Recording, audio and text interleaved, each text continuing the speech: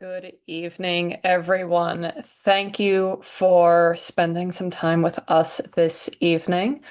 As we are waiting for our last few attendees to trickle in, I just want to introduce myself and my colleague.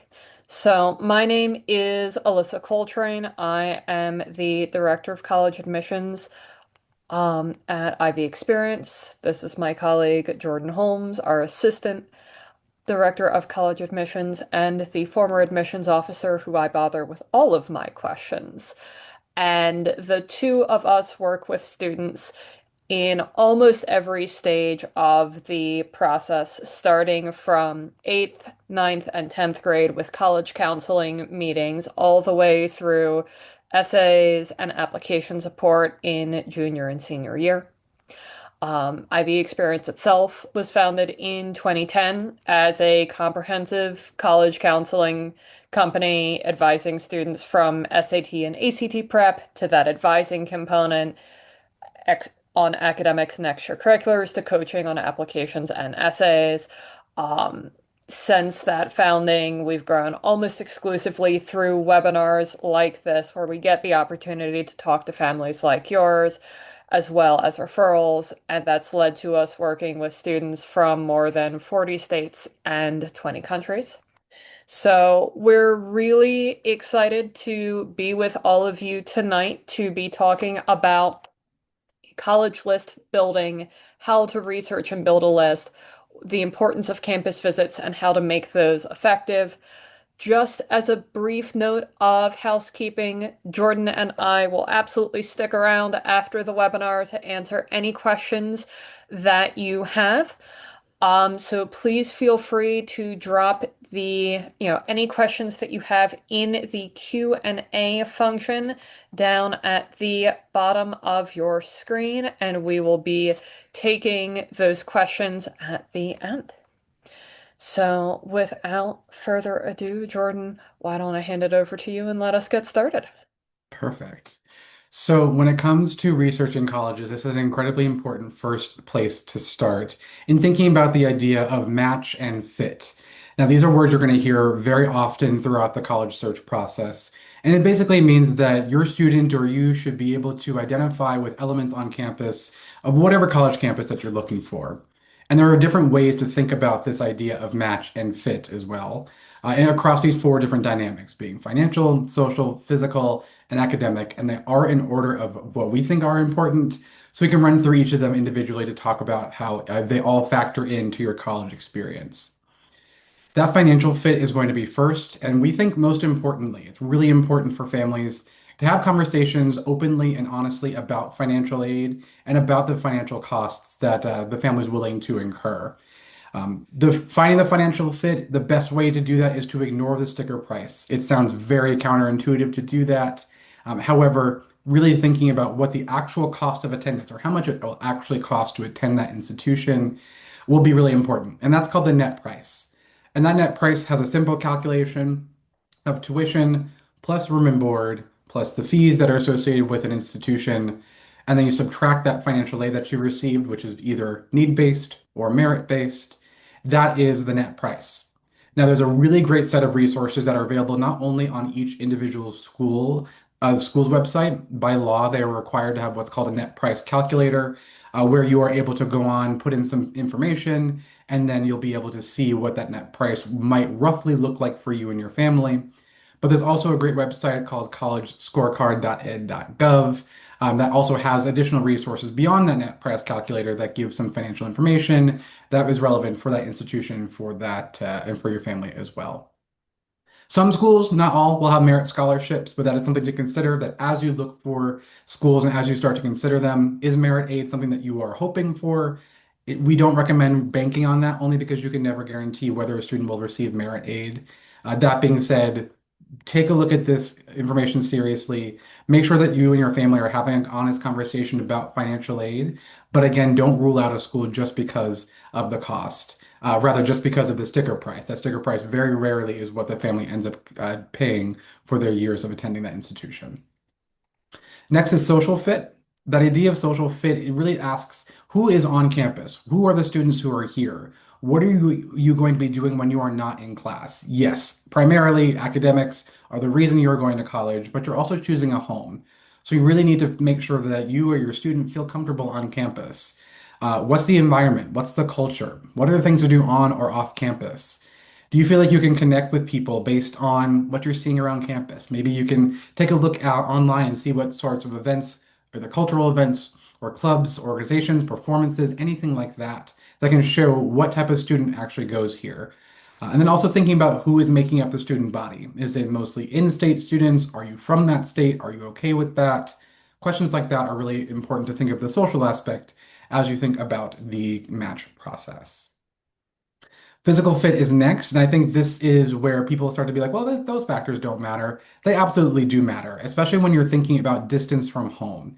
Do you want to be close by? Do you want to go to a college where you can pop home over the weekend to do free laundry? Or do you want to be just far away enough that maybe mom and dad aren't able or have to call you before they get in the car and drive over because it's a little bit of a hike? I know Alyssa had that situation with her choice, and maybe that works for you, and maybe a plane works for you as well. Whatever it is, make sure that you're considering where the school is, not just in the country, but also what type of geography do you want to be in? Do you want to be in the West? Do you want to be down south? Are you okay with that? With that geographic location comes the weather as well. If you are somebody who never wants to be hot ever again in their life, then applying to schools in Florida probably is not the best place or best idea for you. So really think strongly about this because again, just like with the social fit, with the physical fit, you're choosing a home and you're choosing a place and a setting and a location to be in for all 4 years as well. So thinking about size, location, distance from home, all those are incredibly important factors to consider in that fit process. And last but certainly not least is the academic fit. For the most part, you can find a majority of majors on a majority of campuses around the country. Unless you're trying to think of or trying to go for marine biology or maybe an aerospace engineering degree, you can find a lot of degrees elsewhere around the campus. So as long as your college checks that box, you then have so many other factors to consider as you think about academics. And again, yes, academics are important, but because most majors are ubiquitous, you can really find them anywhere. Asking questions about how you learn or how your student learns will help you find that great fit for the institution.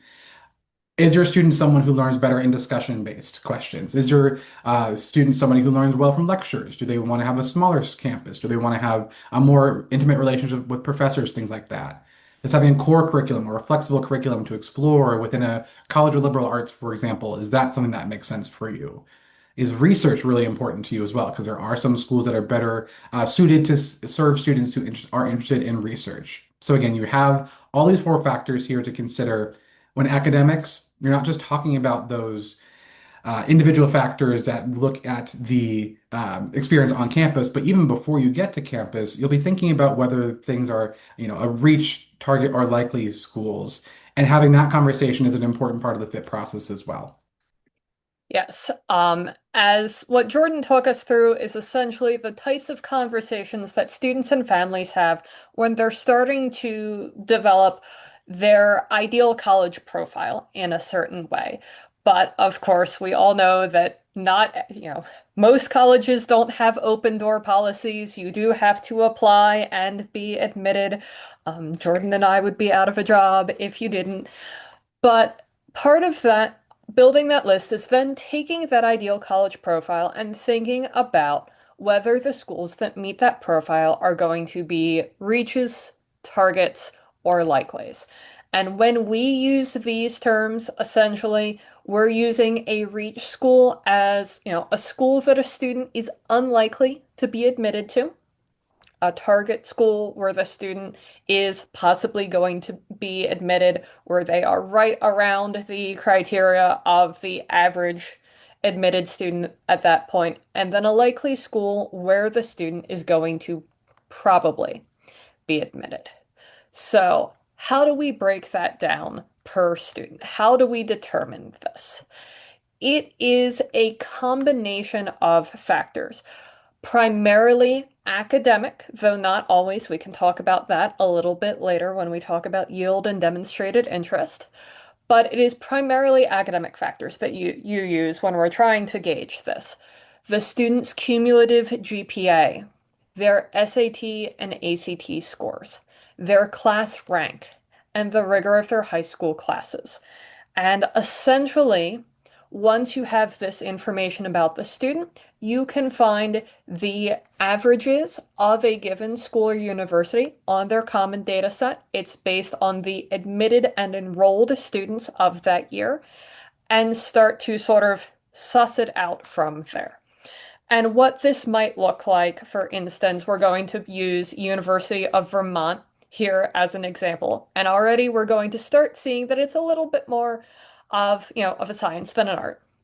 So, University of Vermont, if we look at their common data set, we see that the mid 50th percentile of test scores, meaning essentially if you took all of the admitted enrolled students, lined them up in a row, and took the middle half, these would be their SAT or ACT scores.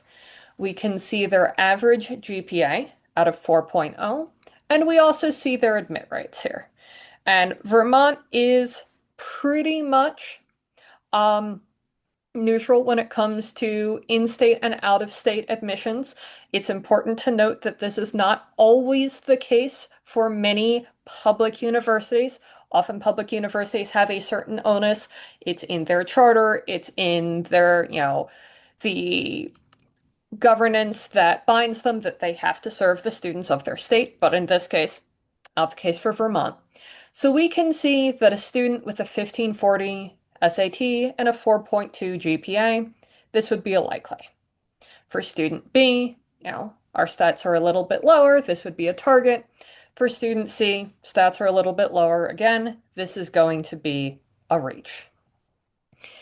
That being said, I do want to flag these admit rates because as we start to talk about reach schools, there's another factor to take into consideration here.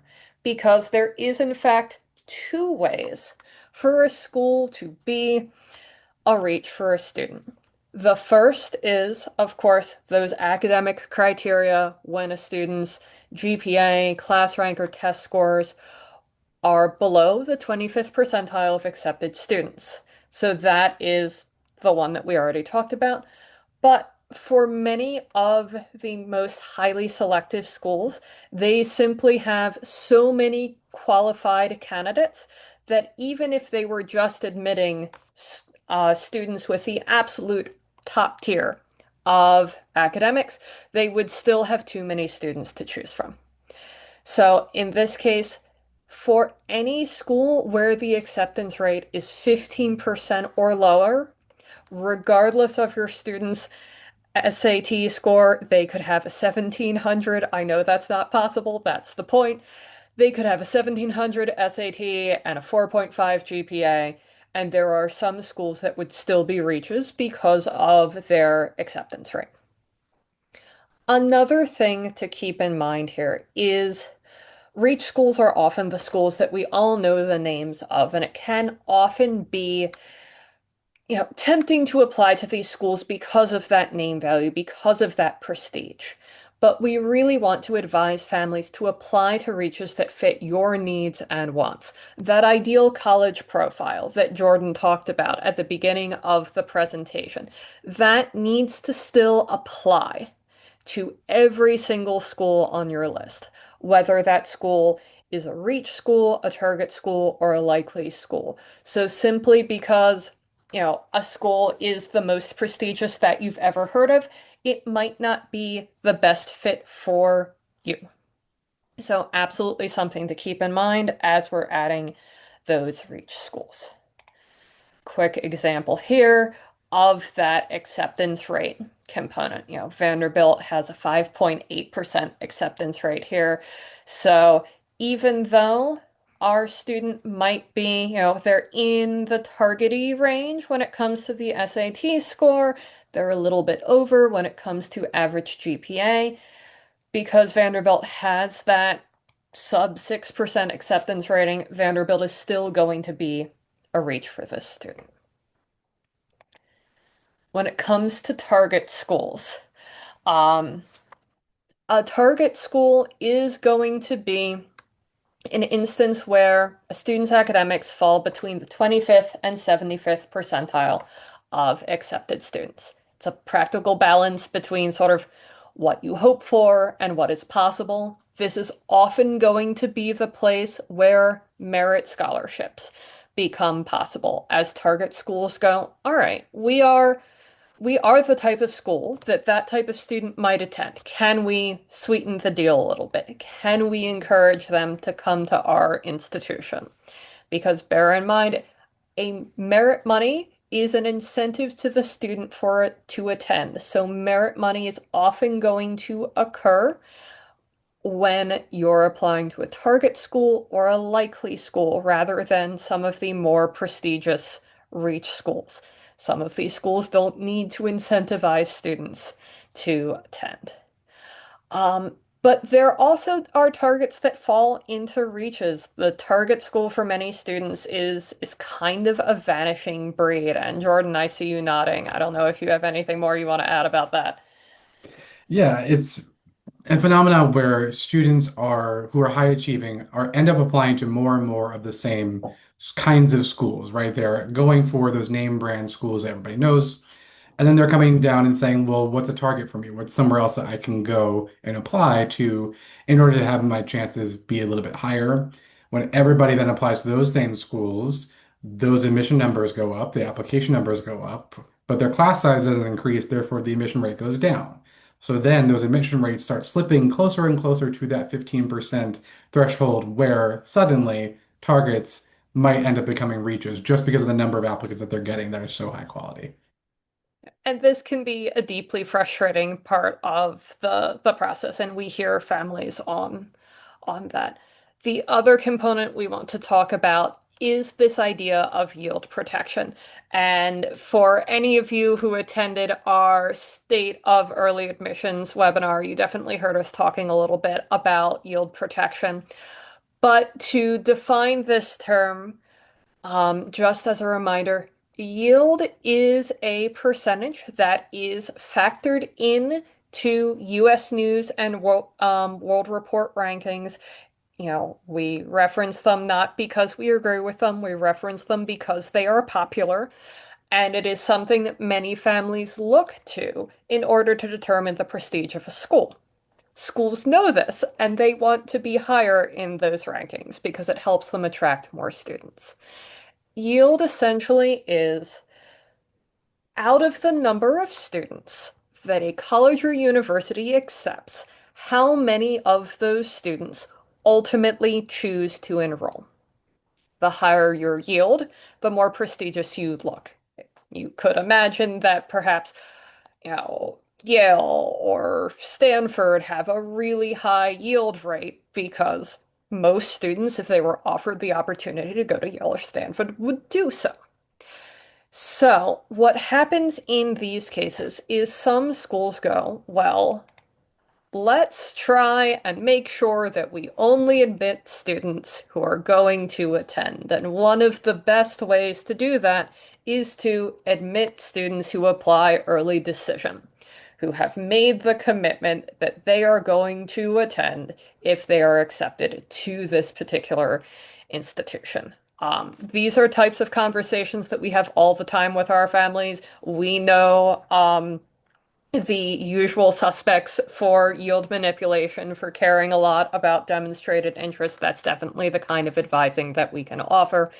And Tulane is one of the notorious ones where we have their stats there, but I particularly want to point out um, they had a 14% acceptance rate overall. But when we break that down, we see a 58% acceptance rate in early decision, a 17% acceptance rate for early action, and there was, I think it was 2024, where Tulane admitted literally 106 students in regular decision. So this would be one of those moments where that component factors in really heavily. So for our students A, B, and C here, where, a high achieving student like student A, This is a target school that becomes a likely school if it is in, if it's early decision. This isn't to say that early decision is the be all end all a student that is, falling short of what Tulane is hoping for. It will be, it's a reach in early action. It's going to be a reach in early decision, but it's absolutely something to consider as, as families are talking about the college list and making these decisions. And then the one that I personally think is the most important part of the college list, the underglorified likely schools. These are the schools where a student's GPA, class rank, and test scores are above the 75th percentile of accepted students, and the acceptance rate is over 15%. Um, and this is something that when we work with students, we insist on that students have 2 to 3 of these schools on their list where they would truly be happy, that are thoughtfully chosen, that match that ideal college profile. Because having your quote unquote worst option be a really strong option is a great way to reduce an anxiety and pressure in this process. And it also may be that at the end of this process, likely schools, the ones that are most likely to come up big with honors college offers, with merit money offers, may actually end up being a really appealing option. And I'm going to use myself as an example here. I actually ended up going to one of my likely schools. I knew that my ideal college profile, and Jordan poked fun at me at this a little bit already, is I wanted a small liberal arts college close enough to home that I could go home for a weekend if I wanted. I did mostly still do my laundry at on campus, but far enough away that my parents could come visit me, but they would have to call me first. Um, I wanted an opportunity to study abroad. That was really important to me. I majored in French. Um, and when I applied to the school that would eventually be my alma mater, they came up with enough merit scholarship money that it was the same cost as going to my local state public school, which I'm from Pennsylvania. It would have been Pitt or Penn State, which were way too big for me.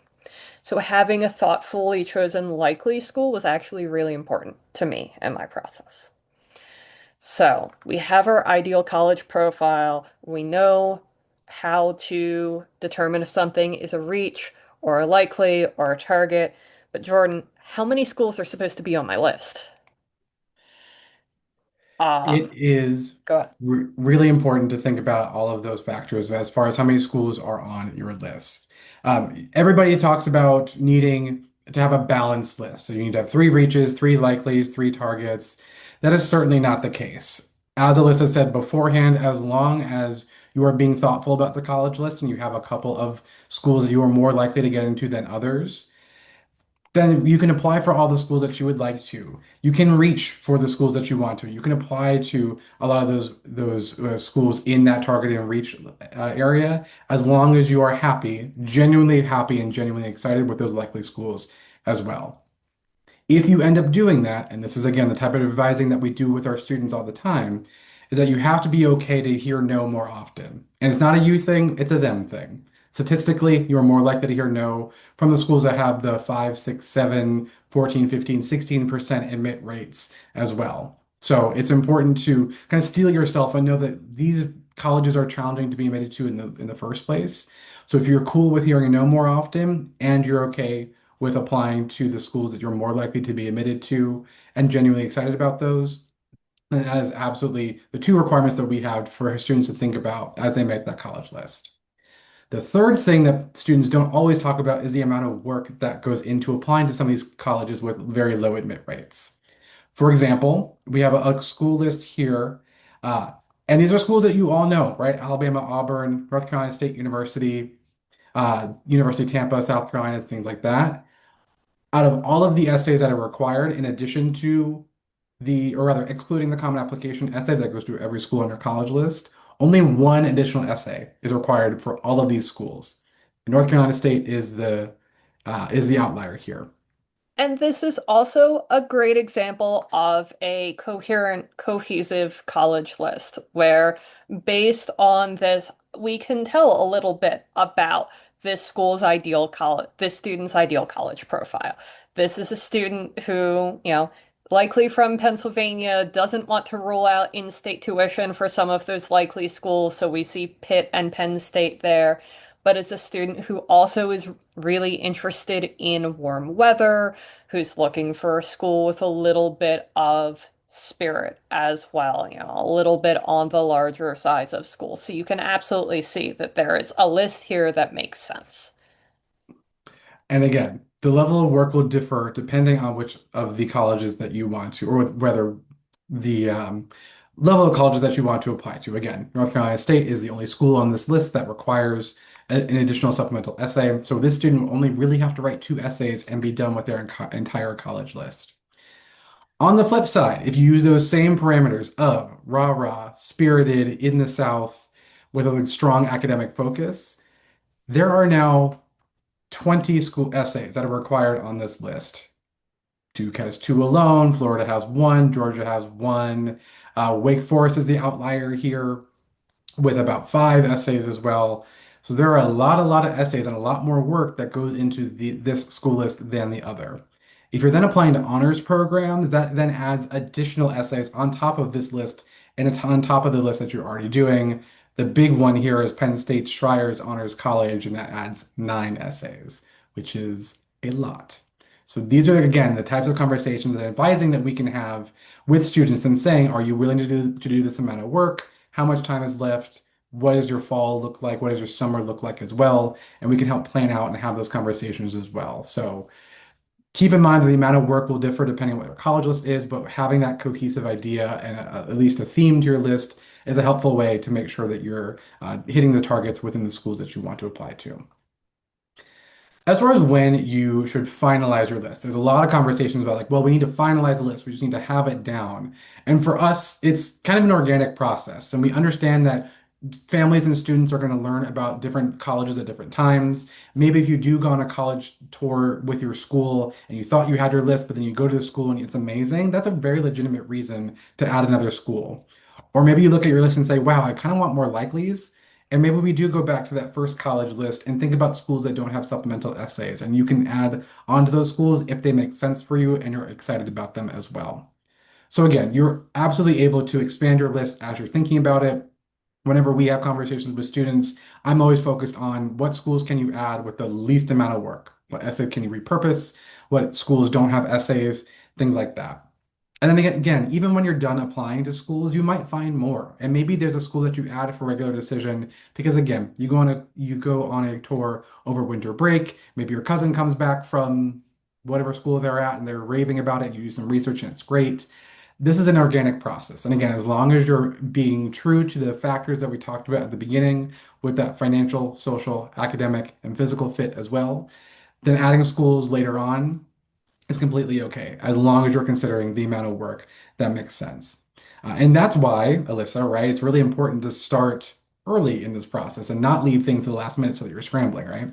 Yes. So, we advise students to start early in this process, partially because it simply removes stress from the process. Starting early means that you can take the weekend off for a concert that you want to go to, or an AP bio test that you have to study for. But it also gives you the opportunity, students the opportunity to have that conversation with the cousin that came back from college in October, fall in love, and then reach out and go, hey, I really think I want to add, you know, Miami to my list. My cousin was talking about it. It sounds great. And we can go, you know what? We're we're done or we're almost done. So yes, we're absolutely going to work on that other essay. You have time and space and breathing room to have that flexibility with your list, and that's really crucial. So, moving on from the list itself to the topics of visits. And we are absolutely going to talk about getting the most out of a visit, but I want to start off by going, you do not have to visit colleges to build a list. Um, we are away from COVID a little bit at this point, but students built lists in, 2020 and 2021 with online research. There's even more resources available now than there were back then. Um, Families also sometimes ask, do we have to visit every school? Does that factor into my students' chances at that school? And while it can for some, there is, something called demonstrated interest. We're happy to talk more about that in Q&A if anyone wants to ask us about it. But for most schools, especially big public schools, demonstrated interest isn't necessarily a factor. It's something that you can check in the common data set. So you absolutely can visit schools, but it is by no means a necessity in this process. So, if you want to visit a school, that, your visceral reaction to that school counts. If you walk on campus and go, I feel like I would belong here. This feels what my college should look like. That is something that matters. That's probably an indication that a school might be speaking to that ideal college profile in some way. Or, it is sometimes it's just that the weather is really great and you had a awesome burrito for lunch and the tour guide is cute. So just bear in mind that vibes can sometimes be deceiving. A standard visit is going to include a tour and an info session. We recommend, if you can, trying to visit during the school year, simply because that's when the students will be on campus. You will get the best sense of what the school is like, as opposed to, my alma mater. If you'd visited in July, it would have been filled with tiny ballerinas because we rented out space to the youth ballet. So, not exactly the same impression as if you had visited during the fall and spring. The other thing to do is be deliberate about planning your visits. Reach out beforehand. Find out if there is a class that your student can sit in on. If there's an opportunity to talk to a student in their major, have coffee with a particular professor that is in the major that a student is interested in, as well as reaching out afterwards, sending a brief thank you, a highlight of something that mattered to your visit, because the goal of a visit is to be able to distinguish what separates this particular school from any other school on your list. You may be looking at, mid-sized warm weather schools with spirit in your list, but being able to go, hey, I really liked the super collaborative hands-on approach that Wake Forest has in their entrepreneurship minor versus, something else at another school can be really helpful for the student, but it also can be helpful for schools that have those why college essays. And this is one of the most common supplemental types, those school-specific essays that certain universities ask for, is the why do you want to come to our specific school? And visits, especially if you take thoughtful, specific notes and then save those notes somewhere where you can find them later when you go to write your essays, can help add specificity and life to a why college essay that allows you to go beyond the marketing flyers, what's just being said at tours. And part of that is for students truly imagining yourself at the at that college or university. What clubs would you be involved in? What event on the bulletin board caught your eye? What is the class that you would want to sit in on? Where do you imagine yourself sitting to study? So all of these factors can be useful that come out of visits, but some of, the best research can be done at home. It isn't always feasible to visit a school. It might be financially difficult. It might be logistically difficult. Everyone is super busy at this point. You may want to visit a school and discover that the official tours have already been booked up for the time that you would be able to travel. As a note for families looking at spring break travel and college visits, that does happen sooner than you think. If you're thinking about booking visits, do that now. But even, COVID aside, a lot of the most meaningful college research can happen at home. And there are a bunch of different ways that this can happen. Some of this is conversation, talking to friends, to relatives, to other people in your network about the schools they went to, about the schools that you're interested in, and seeing if they have more information about the school or if they know other schools that are similar. There are admitted student groups on social media. You can check out the social media of the specific university to get a sense of, you know, a sense of who is going to this particular university. You can reach out to admissions officers and faculty if you have specific questions that you can't find the answers to by checking their website. Many admissions departments now offer virtual tours and virtual information sessions for, families that aren't able to make it to campus. And Google is also going to be your friend here, but the trick is going to be, in many ways, searching entire phrases. Um, if you know that there's a particular part of your ideal college profile that matters to you, flexible curriculum, search that phrase, best colleges with flexible curriculum, or colleges like, and name a school that you know is a good fit for you, and see what comes up. Because one of the advantages of broad research like this is that it may return answers that you might not have otherwise expected. As you're diving into this online research, we do just want to give a small note about college websites. They are designed by marketing teams, which means they are very flashy and also impossible to navigate. Don't just linger on the admissions pages, but try and get one step deeper. Take a look at the webpage of the particular department that you want to look for. Searching, University of X biology department can get you more information about the type of research that is done there.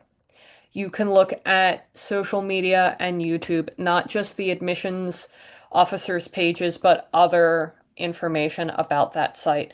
And also look at the news to see, the career options that come out of that college or university. What kind of research is being done there? What type of, what are the alumni doing in that case?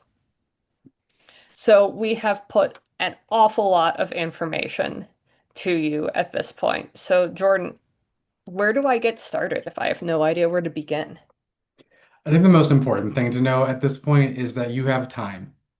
This is still early in this process in thinking about the college search process, and you have time to explore. You have time to do this research that we've been talking about. But where you can start is by looking at those important factors and thinking about what's important to you. Again, we talked about fit beforehand, we talked about that ideal college profile, and starting to have conversations with not only yourself as a student, but also as a family to figure out what does and doesn't make sense as far as what works for you. My favorite piece of advice, my absolute favorite piece of advice, is to just go and do the local college tour. Wherever you live, even if you say, I want to live thousands of miles away from here and go to college thousands of miles away, you can at least get started thinking about the types of schools that are in your area. For example, if you're in the Philadelphia area, you have so many examples of big schools versus small schools, urban schools versus suburban schools versus more rural schools, schools with more rigid curriculums, schools with co-ops. You have so many different options within the university systems that are there. And just going to see them as a family, as an individual student, and getting a sense of what you like. If you go to Haverford and you hate it, then you know not to go visit Swarthmore because it's going to be more of the same. It's going to be a small liberal arts college. And you can think about that again with the schools that are in your area to try and get a sense as to what the parameters end up being that go into that perfect college fit or that ideal college fit.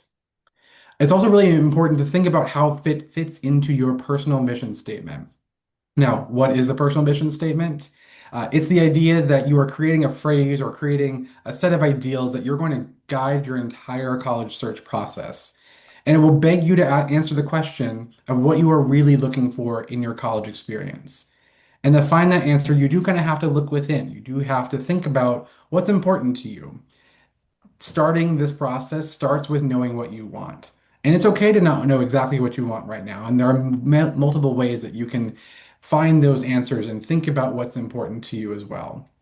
But as we said previously, and we'll say it again when we start working with together as well, you're not just finding a university or college, you're finding a home. You're finding a place where you're going to put your head at night, you're going to be there for 4 years and really be a part of this community.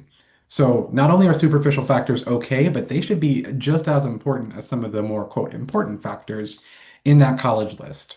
It'll really help narrow the search as well. Again, if you say I never want to be cold again, you can wipe out half of the colleges in the in the country and narrow down your search that way. You're not applying to Wisconsin, you're not applying to Michigan, you're probably applying somewhere in the South or the Southwest.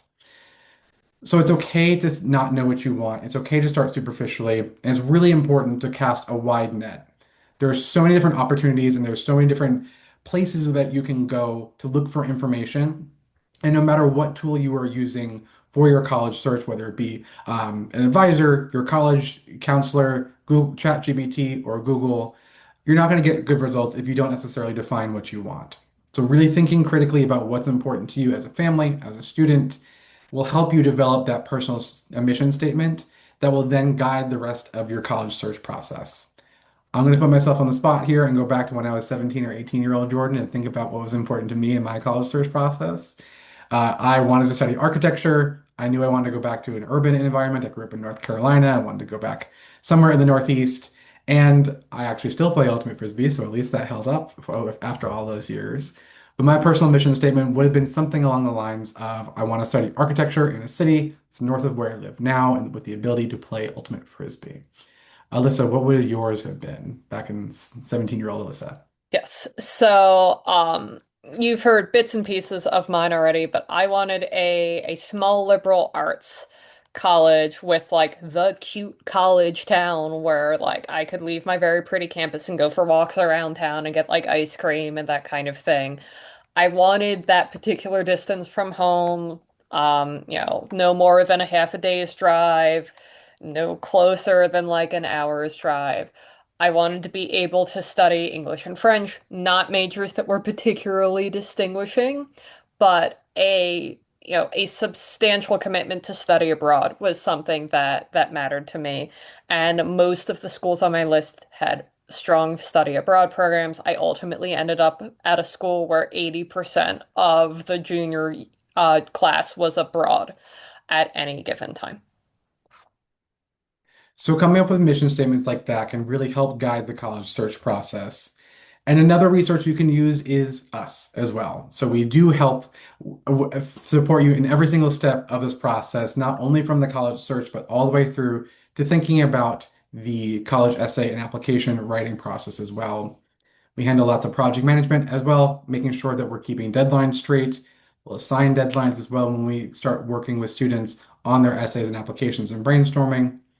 We can also have holistic college list conversations, helping you think about that mission statement, helping you think about those factors that are important. And then we also do have an additive service, which is a college list survey. We can send that over to you as a family, help fill it out as well. And then it'll spit back a list of 15 to 30 schools based on a pretty objective list of factors, things like the financial fit as well as the physical fit, as well as the academic fit as well, and asking questions that helps hone in that list to give a couple of options that make sense for you. So we're here to support you every single step of the way and make sure that your SS applications and the college search process is as smooth as possible. All right. At this point, we're going to transition into Q&A. Thank you so much for joining us. Please feel free to put any questions you have in the comments or in the Q&A. If for any reason you have a more in-depth or a more personal question that you would love to talk to us one-on-one, both my scheduling link and Jordan's scheduling link are in the chat, but you're also welcome to reach out to us via any of the methods listed on the slide behind me. We'll be sharing these slides after the presentation as well. So, with that done, let's go ahead and jump right in. All right. So, let's take a look at um Jordan, this one is for you as a former admissions officer. Is it okay to reach out to admissions officers at schools we are considering for clarifications or just to email the general admissions office email? You are more than welcome to reach out to the admission officer directly. The thing I always advise students is to make sure that that answer is not found elsewhere on their website. Because there's nothing worse than getting an answer or getting a question that can be answered by looking at the website. If you say, hey, I didn't find this on the website somewhere, can you please point me in the direction? At least you're acknowledging I tried, I looked, right? But don't feel like you can't reach out to admission officers. The thing that Alyssa eloquently says is that they are recruiters, that they're really thinking about getting as many students into the applicant pool as possible. So we want to help. We, former admission officers want to help, and they want to be that resource for students. So feel free to reach out, but do some due diligence and see whether that question can be answered on the website as well. All right, perfect. All right. So we have a question about um, determining whether or not something is a reach, a target, or a likely school when it comes to, if your student is attending a high school where class rank isn't given. This is something that is fairly common at this point where schools won't publish a student's, class rank. It's done for mental health reasons. In that case, from a list building standpoint, you're just going to want to rely on the other components of your student's academic profile in this case, their cumulative GPA, or their SAT or ACT score, bearing in mind whether or not the school has a high number of test optional applicants to help you make that decision. And that's one of the great examples of sort of determining whether something is, a target, a reach, or likely is more of an art than a science. For additional context, I will add that class rank has been going out of style of late. So it's not uncommon for lots and lots and lots of high schools not to have class rank anymore. So don't feel like your school is putting your student at a disadvantage if they got rid of class rank. That is something that is very common these days. Yes. And anytime a student applies to a given school or university, one of the pieces that is sent alongside the transcript is a school profile. So the school will be providing additional context as well as explaining that they do not provide class rank. All right, our next question here. We have a question going, is Northeastern also an example of a school with yield protection? Um, and I think also a why component there. Jordan, do you want to take this one or shall I? I can take it. That's fine. I'm only laughing because whenever students put Northeastern on the list, I say, I have things to say. So, yes, Northeastern is very concerned about their yield. However, they go about it in a little bit of a different way in that they have lots and lots and lots of campuses around the country and around the world, whether it be in New York or California. They have a place in London, and they have partner programs in Italy, I think, and lots of locations. And the only numbers that go into their yield are students who start in the fall on campus in Boston. But you can be admitted to the spring in Boston. You can be admitted to the fall in New York, the fall in California, the fall in London. And none of those students have to count for reporting numbers. So when you see Northeastern's 14% admit rate or whatever it was this past year, I think it was that's seven or something absurd. something absurd, right? But that was only for admitted to fall in Boston because you can still get into Northeastern just in an affiliate campus, but they don't have to report those numbers. So it's different than Tulane in that they are not prioritizing early decision necessarily. They're just placing students in the other campuses to, I'm going to be very generous and say pad their admission statistics and make it seem like they're a little bit more selective than they truly are when there are many pathways to get to opportunities at Northeastern. And when it comes to why, we mentioned a little bit that yield is a statistic that is taken into consideration when it comes to, you know, calculating rankings like US News and World Report, but some of it is also a financial constraint where you can, as a university or college, you have a certain number of beds to fill, a certain number of seats in classrooms, a certain amount of revenue that you have to make year over year over year to maintain your facilities, pay your staff and faculty, and all of the other things that go into a school. And being able to have a part of your class where you are able to go, yes, we are really sure that these students are coming.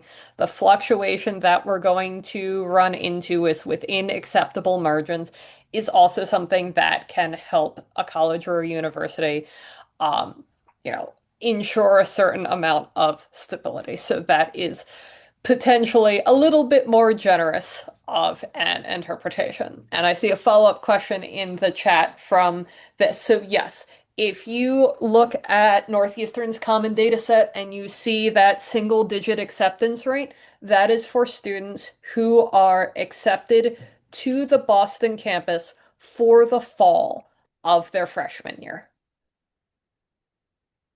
All right, great question. And then we have a quick question about honors colleges. Do you apply into the honors program or is it invite only?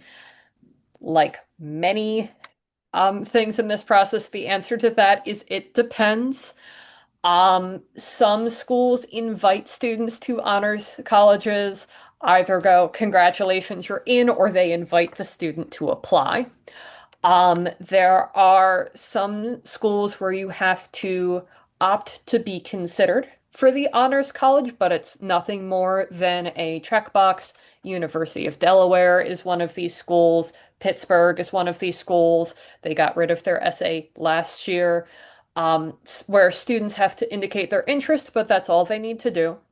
And then you have schools like University of Florida, University of South Carolina, Penn State University, many others where applying to the Honors College is an additional application where the student is submitting additional essays on top of that. All right. And this is great. We have more questions coming in. Let's keep rolling with honors colleges. Jordan, what are some of the benefits of a honors program or college? One of them is having a smaller class size, in that you can make a large institution feel a lot smaller because you're going to be placed in a specific subset of your cohort, whether it be you're all living together and or you're taking classes together and or you have research that you do together or things like that. Sometimes you also get prioritized course registration, so you get the courses that you want.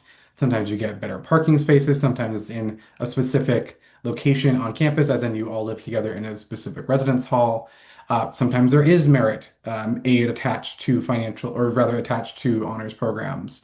So they can end up making an institution that, by and large, is very strong. That's much stronger because there are more intensive classes, maybe higher access to professors as well, more concerted research. Some will also send you away for a semester and they're like, go elsewhere. And it's fully funded and you get to study abroad for somewhere that you want to go. And that's a requirement, but it's also something that that is a privilege or rather a perk to being a part of the honors program. So depends on the institution, but there, that can be kind of those benefits will vary. All right, perfect. So we have a couple of questions about demonstrated interest here. So we're going to be sort of combining a couple of questions. Essentially, what is demonstrated interest and how do you show it beyond simply visiting a school? So, demonstrated interest is a college's sense of how interested a student is in attending their college or university. This is one of those yield protection things, where they go, do we get a sense that we're this student's top choice? And there are some schools that take this into consideration when they are admitting students. There's a handful, once again, of notorious contenders, American Ithaca, Dickinson College, Fairfield, Lehigh, Pitt, Tulane. I'm sure there are more, but we have most of, the likely suspects memorized. So these schools consider demonstrated interest as part of their admissions process. And there are lots of ways to show this. Visiting is a great way to do so, of course, because it shows the school that you have gone out of your way, spent a weekend, driven for a little bit, potentially even flown to visit that school, that college or university. But there are a lot of different ways to do that. You can sign up for virtual tours or webinars. If the admissions rep from that college or university comes to your school, absolutely go see them. It's probably not a little index card that you fill out anymore. It's probably a QR code that you scan.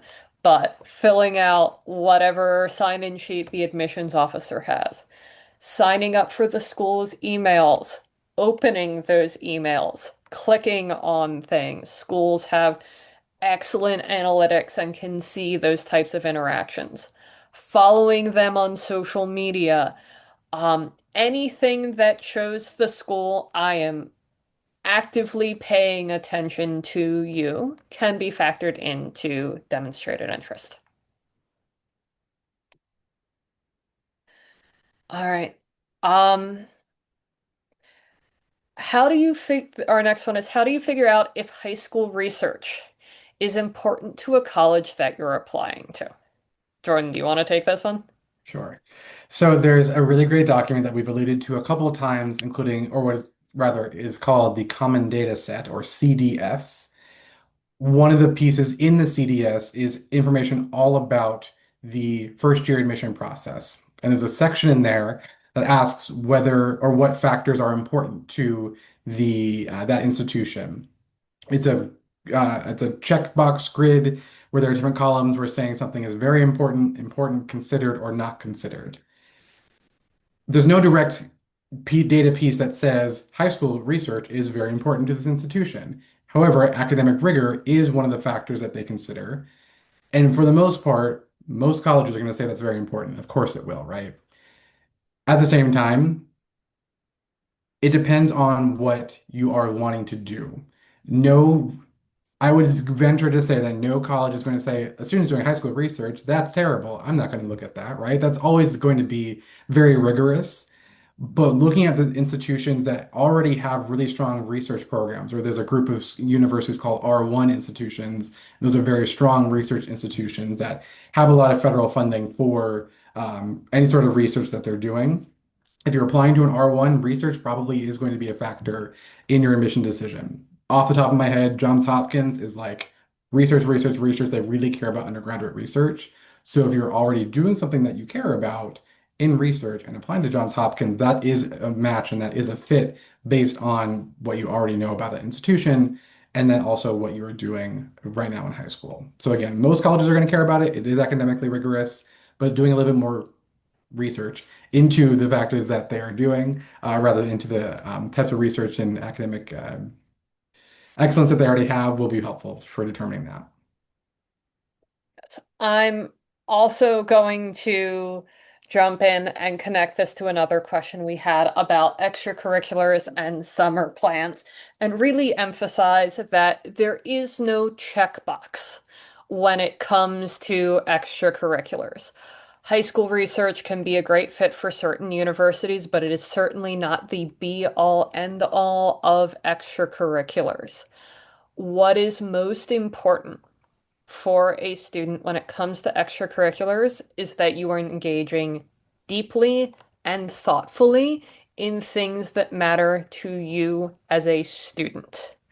Because when you are engaged in the things that you are most interested in, whether that is a part-time job, whether that is research, whether that is volunteering, whether that is looking after an elderly member of your family, it shows up in the consistency and the level of impact in the activities descriptions of the Common App.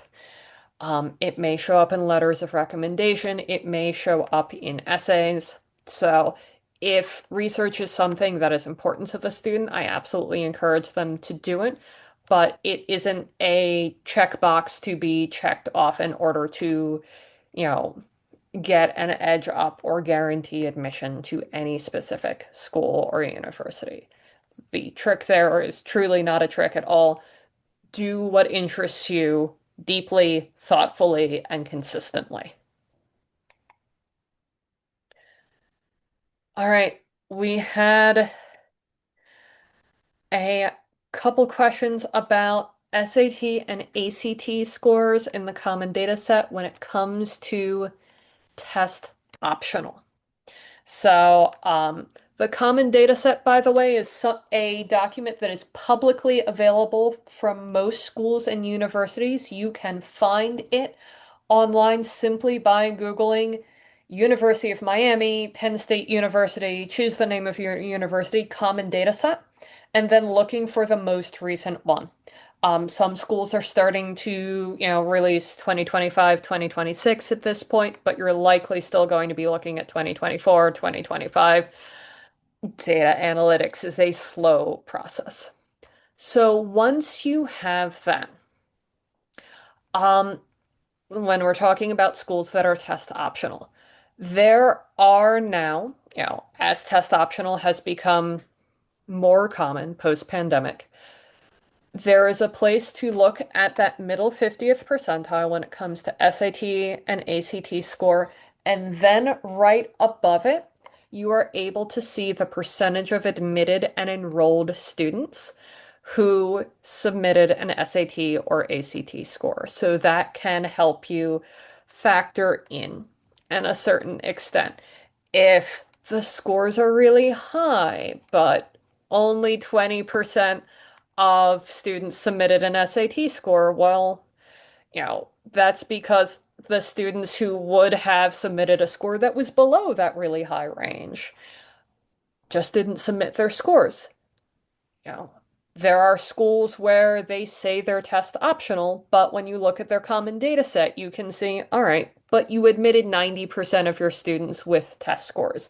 So you may process applications without test scores, but your admissions statistics clearly indicate that you do have a preference for seeing test scores. We actually had a great webinar about this in January. Our director of tutoring, Jim Wismer, is an absolute wizard when it comes to this. He goes on TV and talks about test prep. So when we send out the recap email, we will absolutely link that for you. It's definitely something that we recommend checking out. All right. I think those are all of the questions that we have tonight. Thank you so much for hanging out with us and enjoy the rest of your evening.